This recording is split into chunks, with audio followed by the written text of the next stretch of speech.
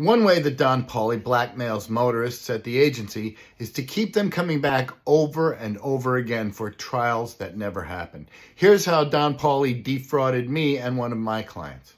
Now, the cop in this case was injured. He was out of action for a long time, apparently injured on the job. Now, we have no beef with the cop, but you cannot keep bringing a defendant back over and over for long periods of time when you know the officer will never be able to come and testify. It's just unfair. The defendant comes back again and again and loses time and money from work, even though the cops and the court know he's not coming. This is extortion. They just want to wear you out and bring you back again and again and again until you plead guilty.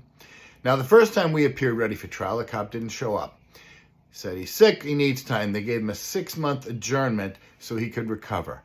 Fine.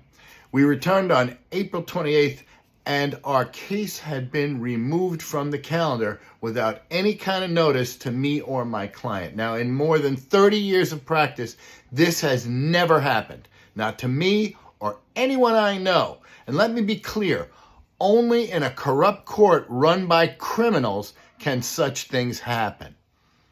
I demanded to see a judge. I demanded a dismissal. They wanted another 6-month adjournment.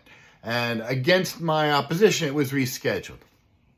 Now, because I had another case with the same officer 3 weeks later, they put them together, and the judge said, fine, we'll come back on this in 3 weeks. And the other case I have is almost 4 years old. It's from 2019. So this scheme has been going on for a long, long time with this officer. The judge marked my case final, which means that if the cop did not show up, it would not be adjourned. It would be dismissed if the officer failed to show up again on May 22nd. When my client and I returned ready for trial, the criminality and fraud continued.